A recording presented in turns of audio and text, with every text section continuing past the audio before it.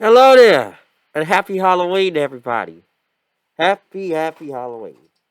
Halloween, all right? Okay, there.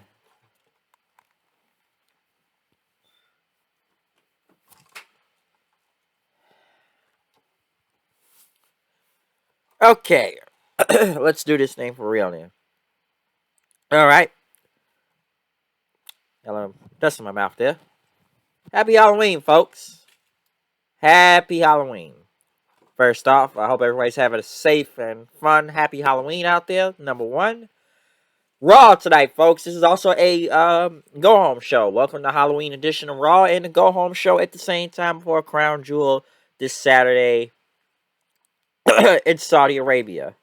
So, where do we begin, huh? Dallas, Texas. They were back. They haven't been back in Dallas since what? The night after WrestleMania, if I'm not mistaken. I believe so. But we kicked this show off tonight. And listen, forgive me here. I'm a little under the weather, so I'm gonna do this show the best way I can. But we did kick off the show with Bianca Belair versus Nikki Cross. 1-on-1. Good match out there. Nikki Cross is back to being crazy. Nikki Cross again, the psycho and all that stuff since like Sanity. So, yeah, it was bound to come back sooner or later. So I figured that was gonna happen at some point. Uh, the match itself was pretty good. Ended up with Damage Control coming out there. Basically try distract and all that stuff. Even Nikki Cross trying to attack anybody out there, not taking sides with Damage Control. Basically, Bianca ended up hitting the KOD, then getting the win. Damage Control ended up attacking Bianca after that. Asuka and Alexa Bliss came out to make the save then, so there you go. Excuse me. There you go from there. But basically right after that, they interviewed Bianca and crew in the back after that. Bliss said she didn't want to wait till Crown Jewel to get their hands on Damage Control, so she challenged Io and Dakota Kai basically later on tonight for the tag team titles. So yeah, Asuka and Bliss versus Kai and Io later on. Next, they were supposed to have a sit down interview with Bobby Lashley and Brock Lesnar. Bobby Lashley was there for a sit down interview, split screen, but Brock Lesnar was not there. Brock Lesnar ended up showing up, you know, actually out, in the ring there, basically making his entrance, coming out there, fans chanting Lesnar. He says Dallas, Texas. We supposed to have. I didn't come to the sit down interview and all that stuff because basically, it's the good folks of Texas. Which is fight. That's what I usually do. And he called Lashley out to fight. Lashley came out then. Lashley said he's gonna beat his ass. Lesnar and Lashley start brawling with each other then. Next thing you know, several wrestlers, security, and Triple H came out. Triple H tried to control the whole situation as they kept breaking apart trying to fight. Triple H basically told the referee the fight would be off if any of them touches each other right now. So like I said, you better keep these two away from each other. So good segment. Crowd got hyped into it. Not much to say from it. Like I said, they just had a pull apart. Everybody just sent, all the rest of the security out there just to break it up and just have Triple H just try to control the situation. So there you go. Um, right after that, Austin Theory went against Seth Rollins, which obviously the best match of the entire night here. Seth getting that blonde streak back in his hair again, almost like the old Seth Rollins. This was a hell of a match, though. I got to say that. Very good match. Seth ended up getting the win, though, over Austin Theory. Austin Theory thought he could get him, and, say, oh, you're the king of the cash-ins, huh? Uh, and stuff. Basically trying to go for a pedigree. Seth Rollins threw him in the air. Basically, onto the ground. He ended up getting the curb stomped in and winning the match. I would, some would say something about Austin Theory taking another L, but it's Seth Rollins. He's the U.S. champion. This was a hell of a match out there. Like I said, he broke his losing streak last week against Mustafa Ali, so at least, Theory's not on his whole losing streak again. So him versus Seth was a hell of a match, and, I figured he was going to lose here anyways. Like I said, Seth's the U.S. champion, so there you go. But hell of a match, though. They said that Bray Wyatt will be a Crown Jewel this Saturday. Right after that, Roman Reigns came out with Paul Heyman. Just these two, not the entire bloodline. Fans started to chant Usi did. Reigns basically at the mic then and say acknowledge me. Uh, Basically, Sami Zayn and Jey Uso out in the world right now. They're gonna get real Usi. Okay, they're gonna work on coming a little bit more Usi, and when they're done, and Saudi Arabia, the right hand man Jey Uso is gonna be real Usi. Okay, where Roman says, it's enough Usi talk right now. I want to be real with the fans. For 2 years, I've hyped up all my opponents, and I end up beating them, and they end up getting smashed. Okay, so I got nothing to say about this guy. All right, I'm the greatest of all time. I'm going against the guy that only just had like what 2 matches. It's just an outsider right here. So the wise man will tell you all about him. Okay. Heyman looked like he was about to say something about Logan Paul, how he trained with Shawn Michaels and stuff, and the Lucky Punch and stuff. But as he called him an outsider, Miz came out there and uh, Miz came out basically got sucking up the reins. Listen, I know Logan Paul, okay, and I can tell you how to take him out. All right, he's in his handmade. He's got that knockout power and stuff. Right now I've been distracted by a deranged stalker and everything, but I can help you. All right, you help me with my match with Mustafa Ali. I can help you with Logan Paul. All right, and Ray says, "Oh, you trying to cut a deal? Okay, all right, but I got a question for you first." And Miz is saying like, yeah, sure, Ray, do what you want. And he says, I like this guy. And he says, and Ray says, why does everyone keep talking about Logan Paul knocking me out, huh? Reigns ended up taking out Miz with a Superman punch, and basically went on to say, you know, now I can talk and say, that, listen, people need to be talking about me knocking Logan Paul out, not Logan Paul knocking me out, okay? And after that, he's got no choice but to acknowledge him. So it's got a point though. They just keep talking about the lucky shot, the lucky shot. Listen, I don't give two shits about this match with Logan Paul this Saturday. This is just, some would say, filler and stuff. So this match is whatever to me. It is what it is, but I don't really care. We all know Rage is gonna win. Uh, right after that, Miz was checking his jaw, talking about Gargano, this sit down interview going on. Miz talked about WWE. He threatened WWE with a defamation lawsuit that would make what he said, Johnny Depp and Amber cringe and stuff. Mustafa Ali came out with, I swear to God, he came out. No, he didn't come out yet. No, that's not it. But Mustafa Ali ended up going to the, locker room and stuff. And basically said, you could have a mask and everything. It's bigger than Texas, but you got tiny balls and stuff. Right after that, Damian Priest went against Carl Anderson. Carl Anderson, folks, the never openweight champion. Will he show up in New Japan this Saturday? I don't think so. Still hold on to that title, huh? Yeah, how's he going to be in two places at once? Please tell me that. New Japan, I just don't know why they don't take the belt from him already. Oh, if he doesn't show up November the 5th, we're going to take the belt from him.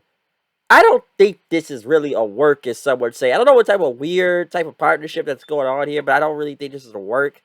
I still think that New Japan, like, they've taken belts from people before. I don't know what's stopping them right now. I don't know what type of deal y'all got going on with the WWE, but I just found it strange that you guys already booked Carl Anderson first, but then he goes back to WWE, and now they don't really know what to do. So, really think about that, folks. Really think about that. But yeah, Carl Anderson, Damian Priest. Carl Anderson ended up hitting the back slap for the win. Right after Judgment Day ended up attacking the OC did. They brawled for a second, but Ripley ended up taking Gallows with a low blow. And then took out Anderson, AJ Styles, and they all hit their finishers onto the OC, and that was it.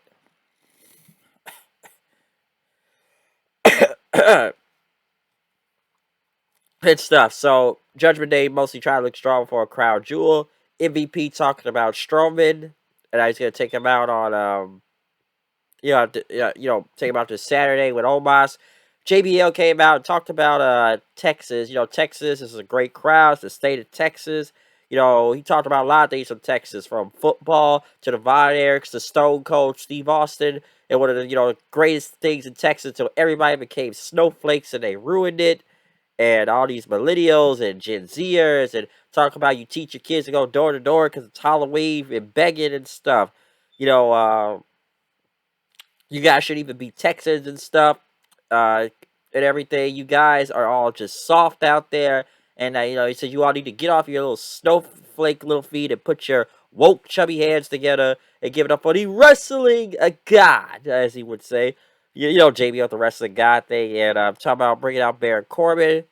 Like I said, JBL just basically just talked about any SJW out there. That's basically where that was geared towards. So, yeah, let's see how many people he, what's the word everyone says now, quote unquote, triggered or something like that. So we'll see how many people get pissed off from that. Then that's pretty funny though. Corbin basically went on, came out there, then saying, fans lucky to be here, the modern day wrestling god. Corbin, talked about Texas and all this stuff. You guys are scrapping money just to get here. R-Truth came up there then, Cowboy, and stuff. Um, Basically, in the rain, JBL called him a buffoon. Why? What do you look ridiculous? Truth said, it's Halloween and stuff. Like y'all costumes. JB said we ain't wearing costumes, and Truth said, you dress like a angry, out of touch old man and stuff. And Corbin like a, try to take him out, but Truth ended up taking him down. JBL threw his hat, and then Corbin hit the end of days on him. I'm surprised we didn't even see a clothesline from hell from JBL. I was actually kind of seeing that to happen, but it didn't happen. Matt Riddle and Elias came out for the Trick or Street fight match. By the way, Matt Riddle was dressed as Ezekiel, so we get one more reference of Ezekiel right there. Chad Gable came out with a blonde wig and a bow tie, and I guess he's supposed to be Patrick Swayze, and Otis was out there. Basically, these guys were Chippendale dancers or some from Saturday Night Live, I believe it was. So, yeah, they were just out there, being male strippers and stuff. So, there you go. But, yeah, Riddle, when he gets Otis in this Trick or Street fight, it's not much to say. It is what it is, and Riddle hit a very bad looking RKO with Otis, even though there's a pumpkin on his head, so the RKO looked very bad. Mustafa Ali came out. I swear to God, there was like literally no reaction when he came out to go against Miz. The match was what it was. The crowd was kind of quiet throughout all this. I think they popped when Dexter came out and tried to chase after Miz. Security chased Dexter to the back, which I gotta get one of those security guys something. That motherfucker had some hops. He just jumped over the shit without even having to touch the barricade. That was cold. But Miz was distracted. Mustafa Ali hit a super kick, hit the 450 for the win. So, yeah, but I don't think, like I said, this match was kind of whatever, and it was a distraction finish, and like I said, Mustafa Ali, I swear this guy came out to no reaction, though.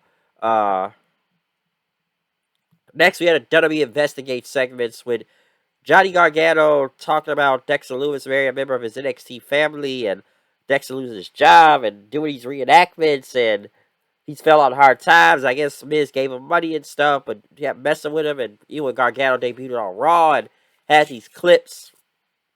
Apparently, that they staged all the attacks and stuff, and let's be honest here. He said Miz was never going to beat Bobby Lashley for the title. Well, that's an actual fact, but he called Miz a bad actor and paying Dexter under the table, and now, he's played victim so long, he's not going to get away with it. I don't know where this is going at this point. So, now they have Gargano explain everything that's going on. Where the hell is this going? I have no idea where this is going. It makes no sense to me at this point. So, it's whatever. Okay, it's honestly whatever. I don't know where this thing is going. I don't know what the end game to the Miz, Dexter, now Johnny Gargano shit. I don't know. And are you reforming the way? I don't know. I got no idea where this is going anymore. It makes no sense. It sucks that Champ is hurt too. He's going to be out for a while, so that's why he just disappeared, because he's actually hurt right now. So it sucks to hear about that. In the main event, we got Damage Control versus Asuka and Alexa Bliss for the women's tag titles. I swear to God, the crowd was just sitting on their hands throughout most of this entire match. And I think some of those chants was like cheers was piped in. The match wasn't bad. Damage Control, well, I'm not surprised. Like, there's literally no reaction for them half the time. Asuka and Bliss, I like Asuka, but I don't think they, I don't think nobody cared for this match. I think they only just like the title change or whatever. What Bayley and Bianca would do on the outside and going through the crowd and stuff. But it ended up with Bliss hitting a Twisted Bliss on the Io Shirai, and now we got new tag team champions. Pyro it off, so a big treat for the trick they got in this match. So, yeah. There you go. So yeah, we got new tag team champions. Damage control, like I said, not over. Do I think Bailey will win this Saturday? No. Um, do I care about the title change that much? Not really. Oscar and Bliss, but they've been a team for a while, so I guess they might as well put the tag titles on them. So, but still, I just don't think nobody really cared about whatever was going on in general. Okay, so yeah. But other than that, that's my Monday Night Raw review. I'm out of here. I'll see y'all guys later. Happy Halloween, everybody. Stay safe out there if you partying and that. Sure, I did that this weekend, but yeah, stay safe out there, people. I'll see y'all there. Peace out. Follow me on Twitter, Twitter 990. Peace out.